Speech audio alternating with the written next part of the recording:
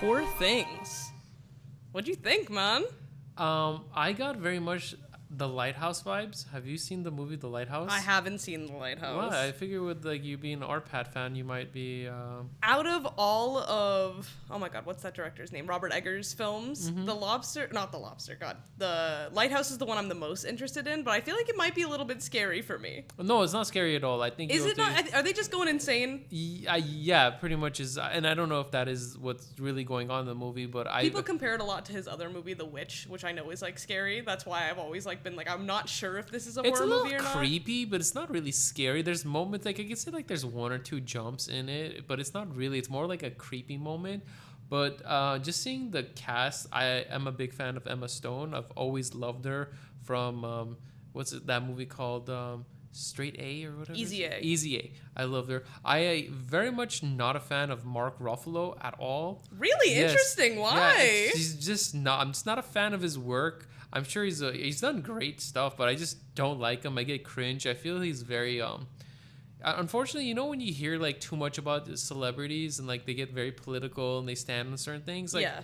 I really just want to separate the artist from the material, but like him, I could not separate yet. That's so funny because I know absolutely nothing about Mark Ruffalo in his personal life, but I definitely have some actors where I'm like, you've never done anything to me, and I just hate your face, so I get it. I'm all on that board, but this seems very much like a take on Frankenstein. Yes. And there's this old ancient black and white movie called Metropolis or whatever, Metropolis.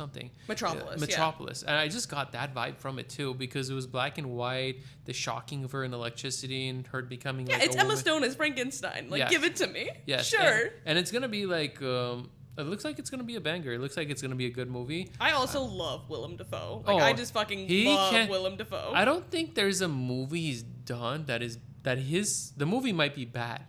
But he's excellent in it every time. He never disappoints in whatever his role is. And to this day, he is like considered the best villain Marvel has ever had. Oh my god, I rewatched the first Sam, oh my god, what's his last name? Sam Raimi's Sam Raimi's Spider-Man movie. Yes. And Willem Dafoe's fucking terrifying in that movie. Yes, his voice. He's straight up terrifying in that movie. His voice is so iconic. And I think everybody was just happy that he kind of made a return in No Way Home. Oh, yeah. Yeah. Not that Willem Dafoe ever left the acting scene, but to see him play that character again was incredible. Just like to have him, like, I always remember the scene from the Spider-Man movie where he's like, Aunt May is praying and he blows up. He's like, finish the verse. Literally just comes crashing in and it's a fireball and Aunt May literally on her knees praying. That was brutal. They did her dirty in that one. Pretty much. But again, I enjoyed The Lobster. I can imagine this having very much. I actually haven't seen The Lobster, but it's on my long watch list. I've seen The Favorite, though, which I did like. I've not seen The Favorite. So I think this is a Fox Searchlight movie. This is like their A24. This is like Searchlight movies are usually pretty good. Yeah, and we're going to review a Searchlight movie too, which is Theater Camp. Yeah.